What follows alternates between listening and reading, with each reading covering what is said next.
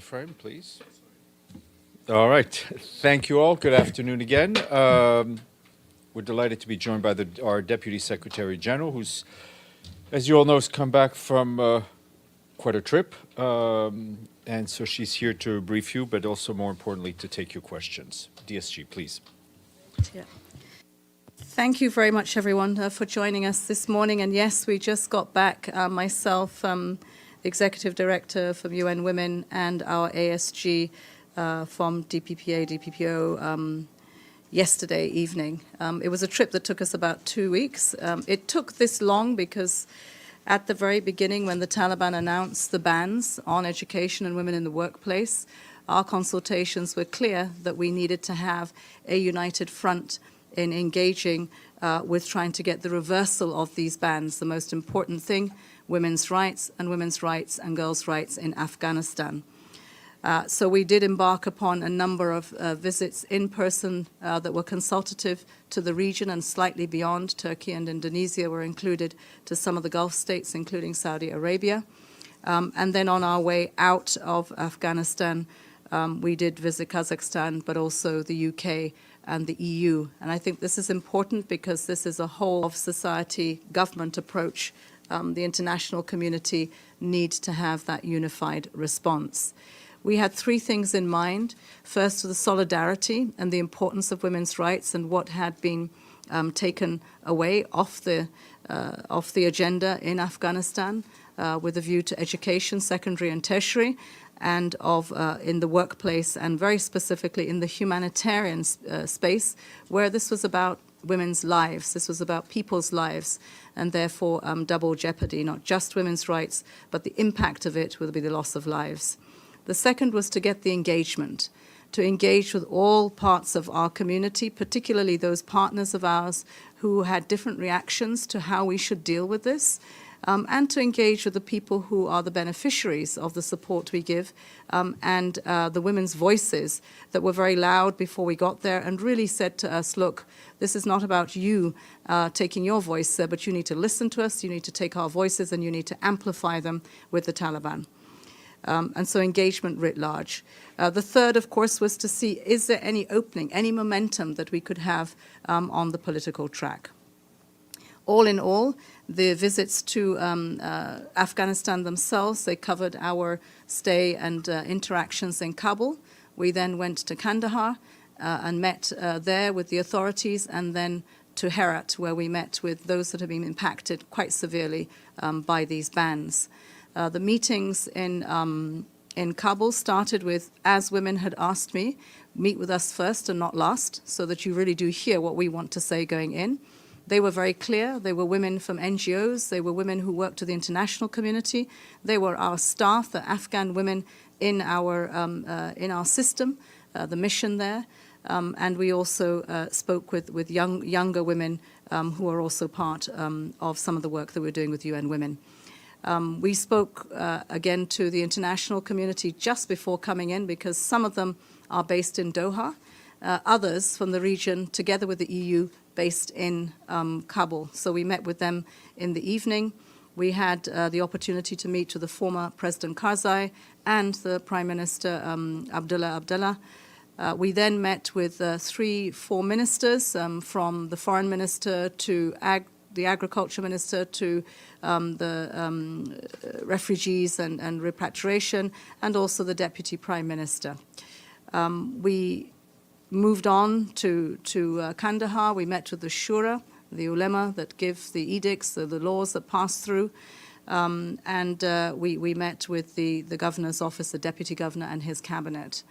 In Herat, we visited a market situation where, in fact, women were not allowed to come. Some were there because their mahrams came with them.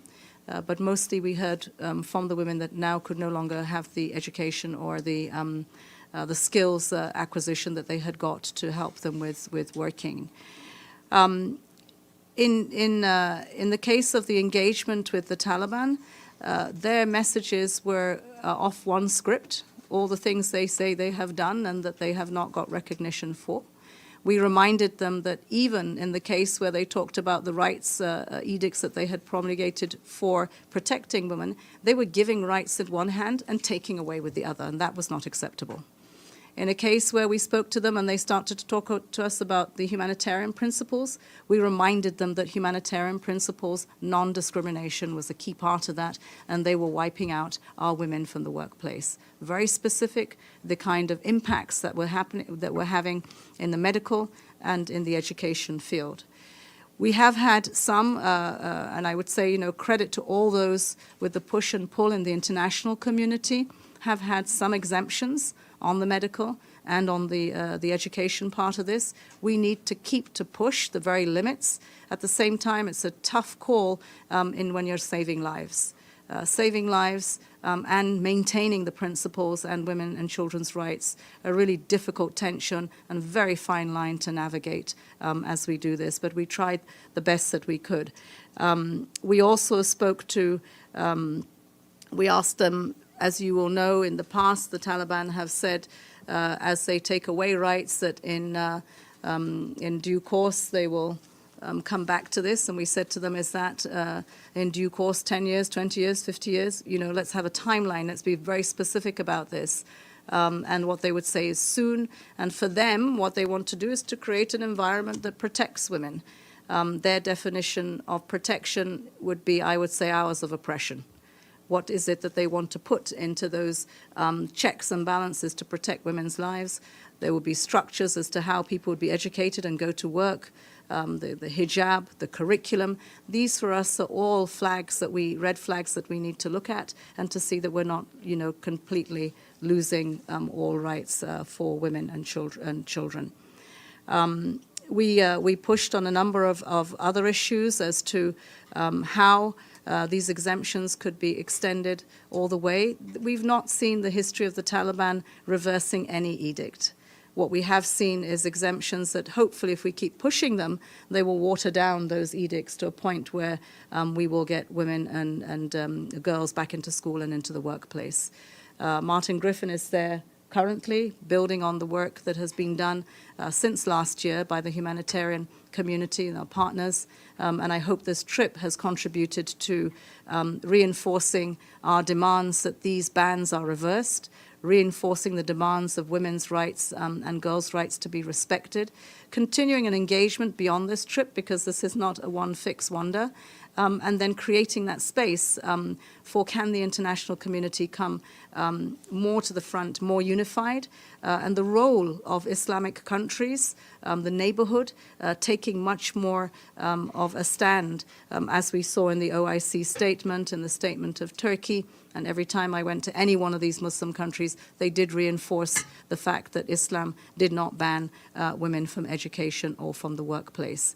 So trying to build that momentum to make sure that they take a step forward, they are the neighbors, they are engaging, and that the international community support that in our trying to grab back what we lost in the last few months.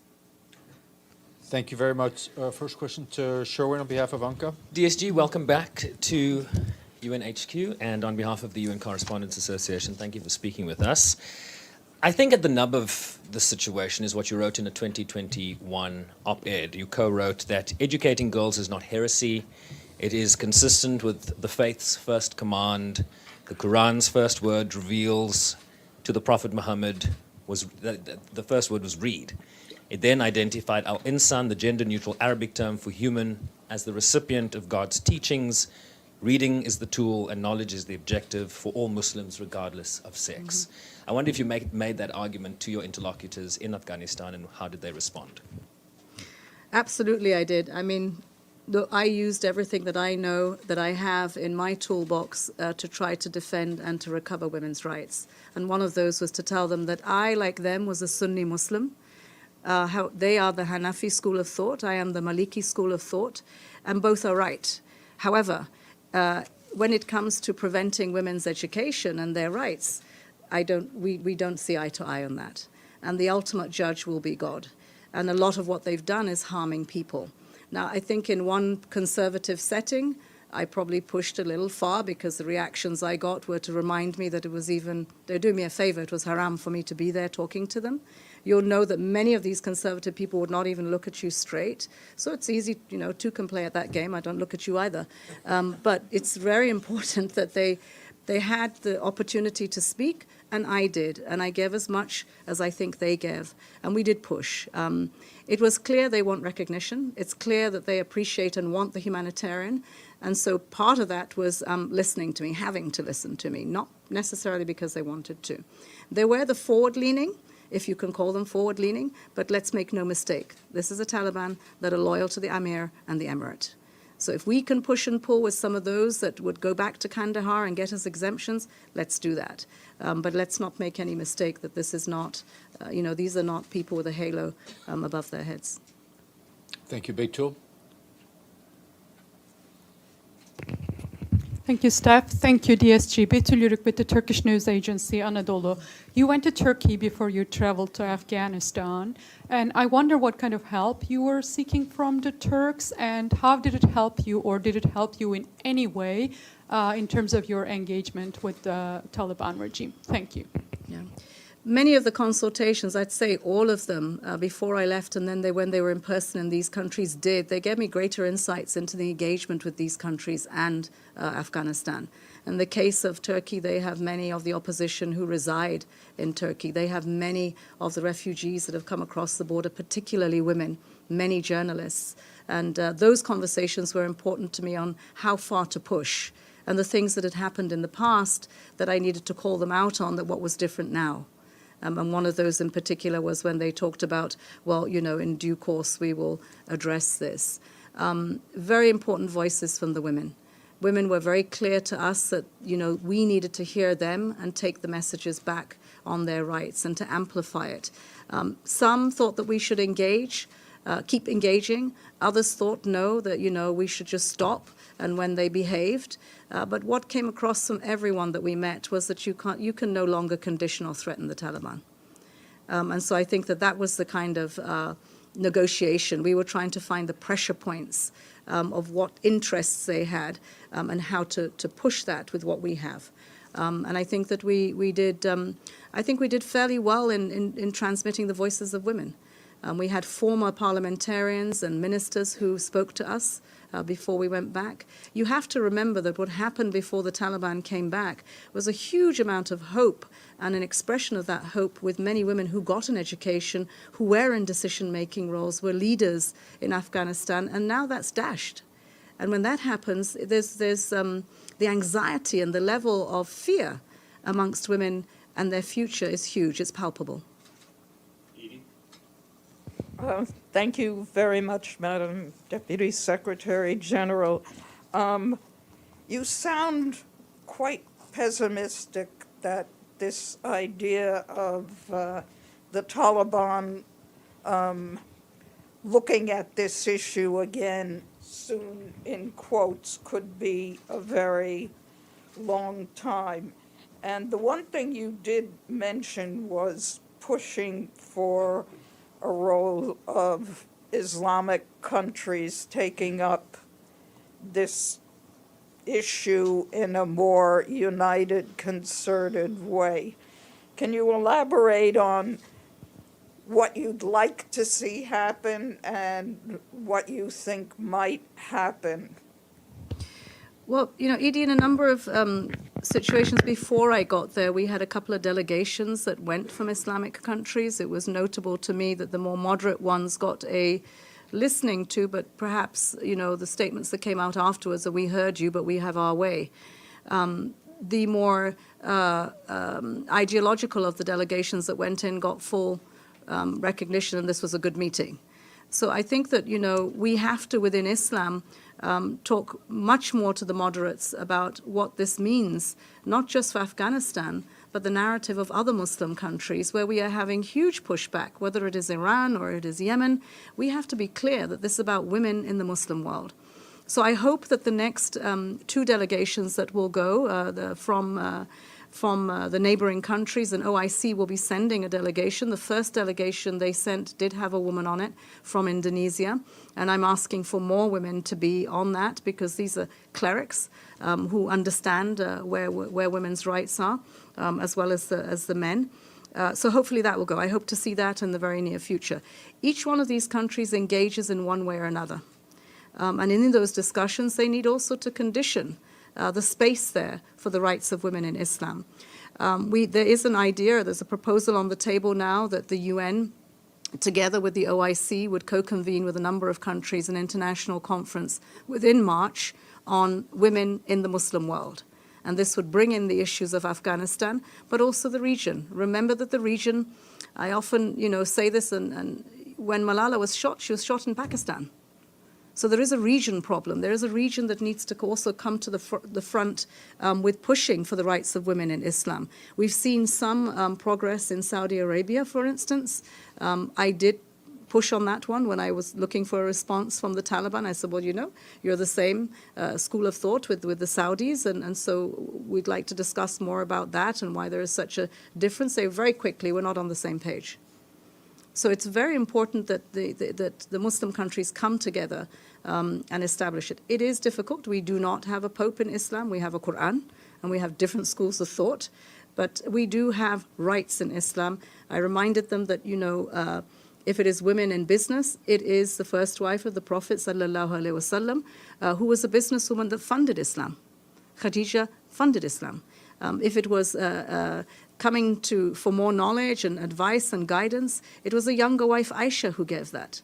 And Fatima and education. So, Sharon, you talked about Iqra, the first word in the Quran. It's a religion of light. It's a living religion. And I think that a lot of what we have to deal with is how we travel the Taliban from the 13th century to the 21st. And that's a journey. So it is not just, overnight. Just a quick follow-up. Is there a discussion of location or dates for this Muslim meeting on women in March? Yes, there is. I think it will happen before the middle of March.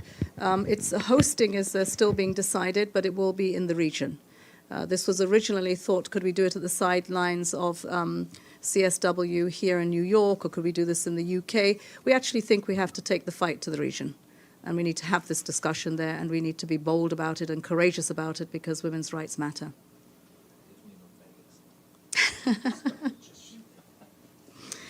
Not Vegas, not Pam, this time. Pam, then Benno.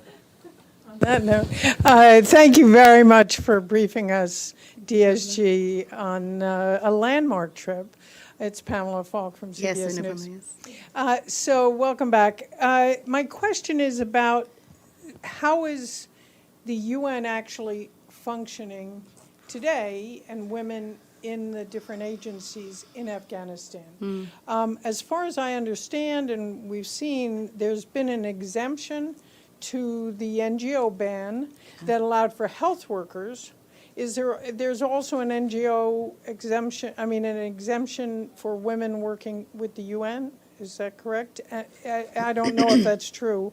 So how did you go through WFP and WHO and all the other agencies operating in Afghanistan? Thank you.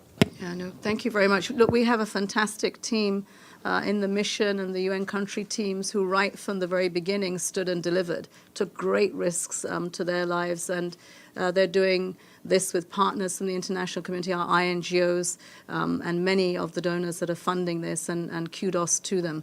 There were two edicts, one that took the NGOs out of the humanitarian space and education. In both cases, we had exemptions for that on the medical and for the teachers. There was the notion that a third edict may come out that would take out international women from the international organizations, the embassies. This was talked about. I have to tell you, we went with, in our back pocket, 3 responses to that. It hasn't happened so far, touch wood, in the Tree of Knowledge. I don't say that it won't, but clearly the pressure that we're putting on has stopped that rollback as quickly. And as I said, Martin is there. We will continue to put that pressure on and engage. But right now, there never was a ban on international women in the international organizations, and we hope it doesn't come. Then Michelle, and then Laura. Thank you, DSG, for this briefing. Benno Schwinghammer with the German press agency.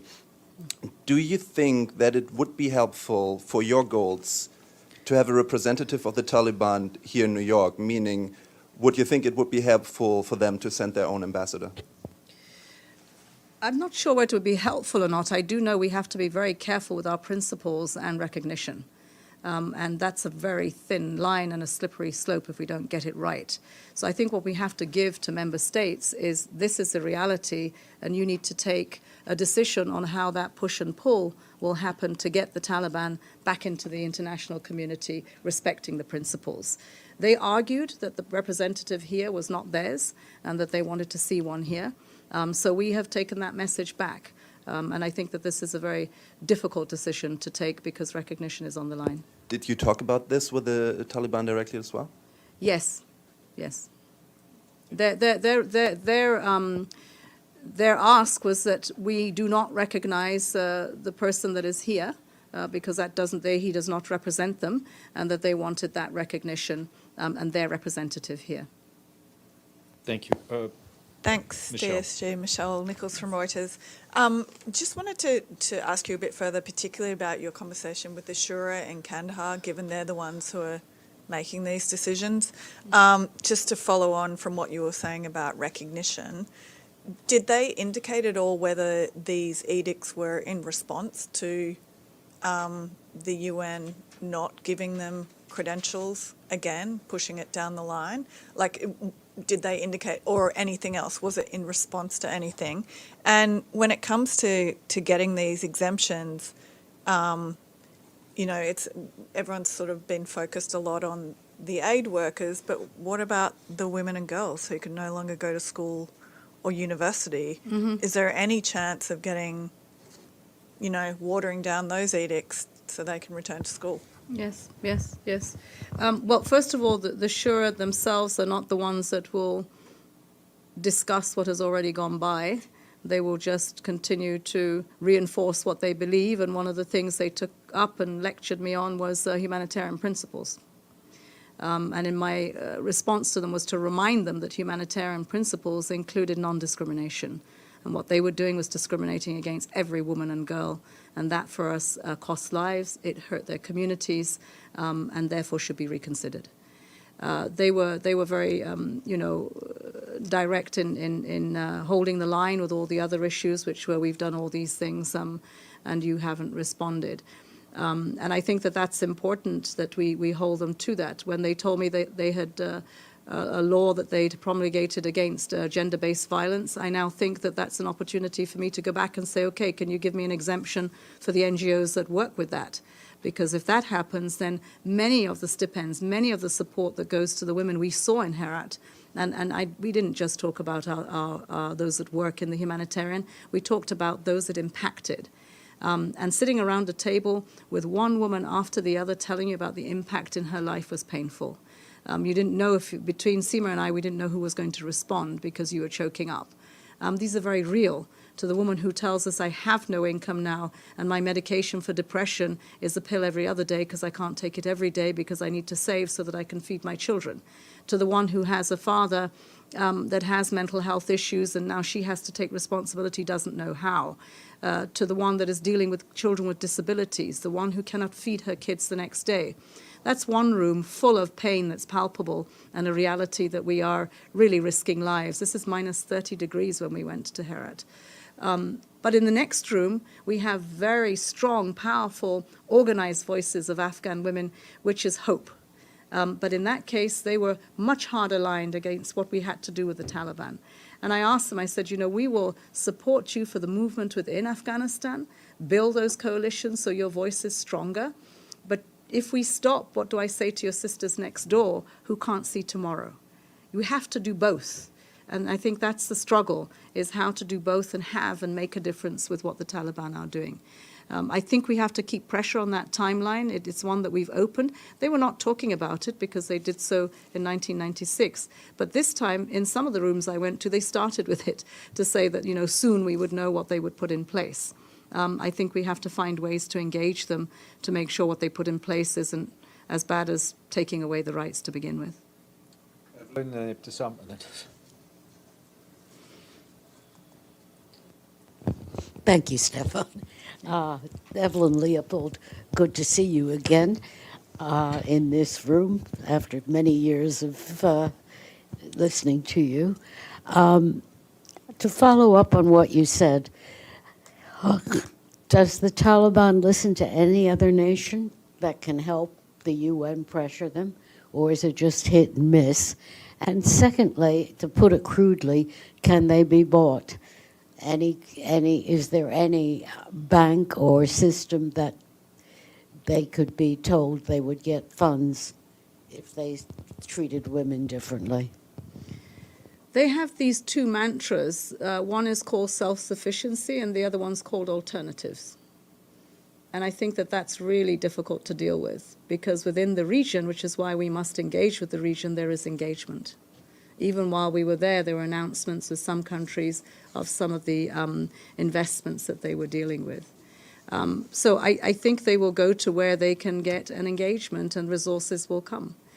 This is a well-functioning mindset that zero tolerance for corruption, absolute take the max tax that they can take out of anyone to make sure the coffers are full.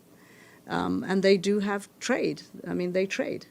So I think that we're up against, looking for the leverage we have to bring them to the international community where the respect for women and girls' rights, humans' rights are right up front. And that's why I think the pressure for us to continue engaging, not to leave a vacuum that will be filled by something else that will take us back decades. This is really important. It's why I visited the UK and deep appreciation for what they're doing, the international NGOs, and the EU in Brussels, what they have done in supporting, for instance, monitoring frameworks, which have enabled us, when we've seen money being taken astray by the Taliban, to get it back. And I think these are important. We cannot leave and abandon the women of Afghanistan. It's not when it gets hard that we drop off. It's when it gets hard that they see more of us and that we're there in solidarity with them. Ibtisam Azam. Thank you. My name is Ibtisam Azim, Al-Arabi Al-Jadid newspaper. I have first one follow-up on Edith's question and your remarks at the beginning regarding the Muslim majority countries. Could you elaborate on whether you see some countries, that specific countries with more power, that they need to take specific steps that they are not taking? Did you talk about this with these different representatives that you saw? And then you talked about the timeline that the Taliban is talking about without really, no one knows what is exactly that. But my question is, what is your timeline? I mean, what do you want to see? And is there a specific time where you say, after that, we cannot, that's just going too far for us to believe that a change really will happen? Thank you. Sam, we hoped that we would stop the slide, that the third edict didn't come for me was a really big bonus. I'm not saying it won't come. But I am saying that it didn't come when we thought it would come. We thought it would come at the beginning of January. We thought they would embarrass us. It would come just before we went in, while we were there, just when we went out. Still hasn't done. So that's a big plus. I think it's very difficult for us to sit here up in New York and determine whether it is for us to say a life can be lost or not, that they will fight to lose their lives. I mean, I heard women who were saying, please stand by us, please be with us, and please try to help us. They didn't say, put my life on the line. And this is a very difficult decision. And there are different Afghan voices, even amongst the women's community, but all stand against the Taliban and for women and girls' rights. How we go about it, we have to stay together so that we can push and pull. We can find the threads that we tighten and the ones that are slightly looser because we think we must save lives, but tighten them because there are other aspects that we don't have to deal with them. And this is very difficult. We say, yes, the region must be involved. Before I went in, there was almost silence on the part of the neighbors and those countries as to what was happening with Afghanistan after the Taliban came back. But in the weeks before, when these two bans went out, we did hear from the OIC stronger language. We did hear from Saudi Arabia. We did hear from Turkey. Now we need more from them. We need them to put resources in there that will support the humanitarian endeavor that we have, where maybe it's difficult for some of our partners today to explain to their taxpayers why we're doing this. This is really hard. This is not easy to do. So there may be some real hardliners that say, no, we're just not going to deal with this anymore. We have so many problems in the world, and there is choices to make because I have competing demands. And if these people are going to take women out of the workspace, we're not going to do it. Then if that happens, we still have to save lives. The UN will continue to stand and deliver, and we get criticized for that. But maybe there are others who will take up the slack because, I can't do it. I've got a mandate that doesn't allow me to do it. So it's not black and white. It's not cut and dry. There's lots of gray areas and weaving that we have to do, but always keeping our women right at the center of this, right up front and center. If we keep that focus, I can tell you we will go much, much further ahead. If we start to get involved in the why we can't do it, then we won't do it. Now we must do it because these women matter. And they are a reflection of what is happening to women's rights around the world. And if we drop it on Afghanistan, we will drop it on many more rights of women. Please, go ahead. Yeah. Thank you for the briefing. Dawn Clancy with Pass Blue. My question kind of parallels Edie's as well. On Monday, there was a U.S. State Department briefing where the spokesperson, Ned Price, was asked, what are you doing to hold the Taliban accountable? He didn't answer that part of the question. Instead, he said, U.S. is the leading humanitarian provider to the people of Afghanistan, providing about $1.1 billion of humanitarian assistance since August of 2021. My first question is, after your visit, do you find that it's proportionate, the effort that's being put towards humanitarian aid or giving humanitarian aid versus the political work that needs to be done? Like you said, we don't leave when it gets rough. Do you find that the effort to both is proportionate at this point? And then my second question is, listening to you speak, and you were talking about the women in Herat, and then you were speaking about the woman or a woman who doesn't have her depression medication, she has to split it up, or dealing with a father who has mental illness and not knowing what to do. So I'm wondering if you were sitting there now and you were talking to these women and you said, yeah, but the United States is providing $1.1 billion in humanitarian assistance, what would their response be to that? What do you think? Well, I mean, she's speaking to an instance where that $1.1 billion in humanitarian assistance has been taken away because there can't be women-to-women services. So not a conversation that makes any sense, right? The sense is that because the Taliban have put in bans, they've taken away 30% of the workforce that in a culture says women to women. So those women-to-women services were taken away. The cases we made when they said, well, we can go home, we can go online. You cannot deliver babies online. And this is important for them to know that there are impacts to what they had done. And one of them was these women I spoke to, who, because of the services had been cut, that was the implication. Excuse me. And many of them said to us, please don't let us be caught in the crossfire. The crossfire between the discussions we have to have with the Taliban and the implications in our countries. And of course, the humanitarian services has to be delivered to save lives. If I could just follow up to that, because another thing that Mr. Price said was that he was asked whether or not that humanitarian aid was being funneled through the Taliban, and he insisted that it wasn't, that it's going right to the people.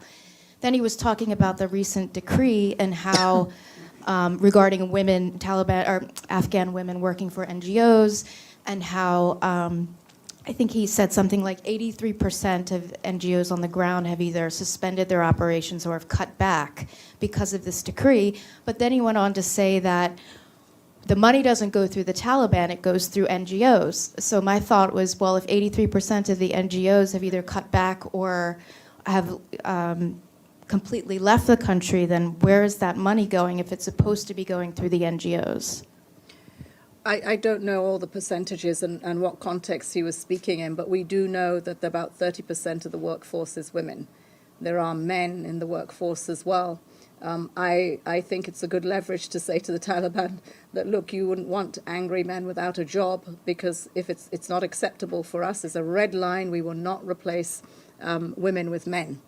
And so I think that in this case, what we needed to do was try to repurpose some of the funds we had to get cash into the hands of women. And within the UN system, that's possible. Within our INGOs, that's possible, and we're looking at that. But yes, the loss of women's service to service, I'm not sure that it's as high as 80% writ large. It might be in specific cases, but it's a high percentage. I mean, there are thousands of women. In one instance, I know 3 or 4 INGOs came together, told me out of the 59,000 employees they had, 15,000 were women. And, you know, it just, you know, that's it. Women get blanked out. They disappear. And that's our concern. And it is more 10% of what we are giving support to. They are female-headed households. So what happens to them? So these are implications that we're working much more on to be definitive about. We were asked by many Afghan women that, you know, they believe that there are some resources that are not reaching the women that should be. But it really wasn't from necessarily the international community. There were a number of bilateral donors, and we don't have oversight over that. We have sight over what is coming through the UN and what is coming through our international partners in the humanitarian sector. When it disappears, as I said before, there is a really good monitoring mechanism, and we can tell you in 2 or 3 places where it was reported, and we were able to go back to the authorities, both in Kabul and in the province, and that was rectified. Maggie, and then we'll go to Yvonne online. Deputy Secretary General, it's Margaret Bashir, Voice of America. You said you were transmitting the voices of the Afghan women to the Taliban. My question is, did the Taliban even hear them? I mean, did they care? And what did they give to you as an explanation for why they need to have these edicts? I mean, what is it about the women that they feel threatened by? Hear us? Yes, they did. I mean, as I said, some of the times we pushed some of these messages pretty hard. The reaction wasn't pleasant. Care, it depends whose definition of care. These are people who think that they are protecting women. So if you're asking them whether they care or not, and they will tell you, yes, we do. We're protecting our women, and what are we protecting them from? They were protecting them from Western values. And what we want is to make sure that they are gaining education. They never denied education for women was a right, nor in the workplace. What they said was the type of education and the type of work. And in many cases, you know, for them, this was about the structures of separation, of hijab, of curriculum. And so, you know, I think that's what we're pushing, is to say, well, okay, if you think women should have an education, let's see what this means and how you're going to bring them back. I mean, my definition is that, no, I don't think they care. If they did, we wouldn't have the ban in the first place. You ask them, they will tell you, yes, we care because we want to protect our women from, you know, values and rights that are not ours. And we disagree with that. We disagree strongly that Islam preaches the rights and values that they are dictating. Yvonne Murray, RTE on screen. Thank you.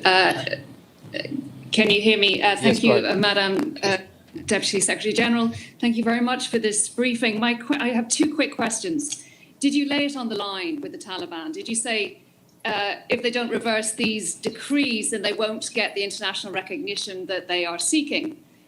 And my second question is, did they mention China to you? And if so, do they see China as an ally or a friendly country? The second question is much easier. No, they didn't mention China, and if the treatment of China in Afghanistan by others is anything to go by, I wonder if they are welcome. But they are clearly there. China is withdrawing, but where their security concerns are not covered. Even when we were in Herat, there were security concerns, and mostly not because necessarily of us, but where we were going was in the same domain as the Chinese. So I think that's a question for them. Yes, they recognize, we related on the right line recognition because they talked about it all the time. That these are the things that they have done. They don't have corruption, they've stopped poppy production, they have had an amnesty. And all of this, we said, was not sufficient in terms of its implementation. They could say it, but implementation for member states to be able to take a decision on recognition. So, I went into Afghanistan thinking perhaps the most conservative of them didn't care about recognition. They do. Recognition is one leverage that we have, and we should hold on to it. Ephraim, Arab News. Thank you, Steph. Ms. Mohammed, you spoke about traveling. It's a matter of traveling the Taliban from the 13th century to the 21st century, and it's quite a journey. And if I may ask you, I think this is not the first time that you undertake a similar journey. Maybe there are many differences, but you are known for playing a big role in your country with Boko Haram, another extremist group that also uses religion for violent ends. And you helped reintegrate some of its members into the Nigerian society. And I wonder if there are any parallels in your mind between these two situations, if there are any lessons that could be taken in dealing with the Taliban. Thank you. Sadly, if I drew one lesson from both, is that the first victim is women and girls in both cases.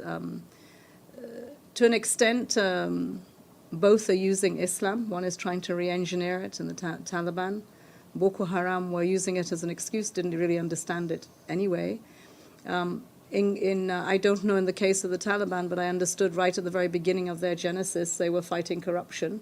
In the case of Boko Haram, it was the injustices that were done to a number of them that got that were murdered by the authorities, and there was no response. And they then metamorphosized into these monsters.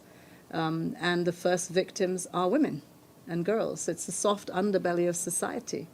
And so I think that, for us with Boko Haram, the first thing was for, our authorities, our president, to say what they are doing is un-Islamic. And even that, I know he went under a lot of pressure not to say it, because maybe he would be threatened or maybe this would cause more problems. But he said it, and once he said it, then, the direction then turned in the country to try to defend Islam. And Boko Haram got less sympathy because there was some to begin with. And that was difficult for us. So they lost many of their followers in the course of events. But government had to put back in place what it was that communities were struggling to see and were sympathetic to Boko Haram for, which is a lack of governance in the local governments, a lack of respect for women, and education for everyone, health for everyone. It's only by doing that that we actually, took away the fodder for Boko Haram in terms of young men. And in reintegration, finding that, in fact, the ideology wasn't there. It just was, in many cases, there was no alternatives. And so it was easy to recruit them. So I hope that, I think this is a slightly different situation with the Taliban, very sophisticated and have been around a long time and have resources. But I think it's really important right now to maximize whatever leverage we have to bring them back to those principles of being part of an international family, that yes, no one objects to a Muslim country and Sharia, but all of this cannot be re-engineered to extremism and taking views that harm women and girls. This is absolutely unacceptable. And we should hold the line on that. Right, we're going to squeeze in two very quick questions. One, Iftikhar Ali, Associated Press of Pakistan. And thank you, Steph. Thank you, Madam Deputy Secretary General, for the briefing. To say that you had a challenging time in Afghanistan would be an understatement. Your opening presentation makes one very pessimistic.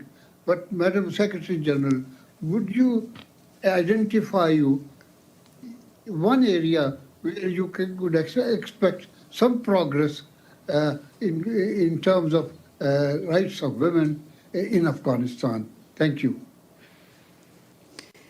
I'm not being pessimistic about it. I'm just saying this is a hard job. This is going to be tough to get them back into the space we need them, and women and girls' rights protected and upheld. And that's what I want us to do.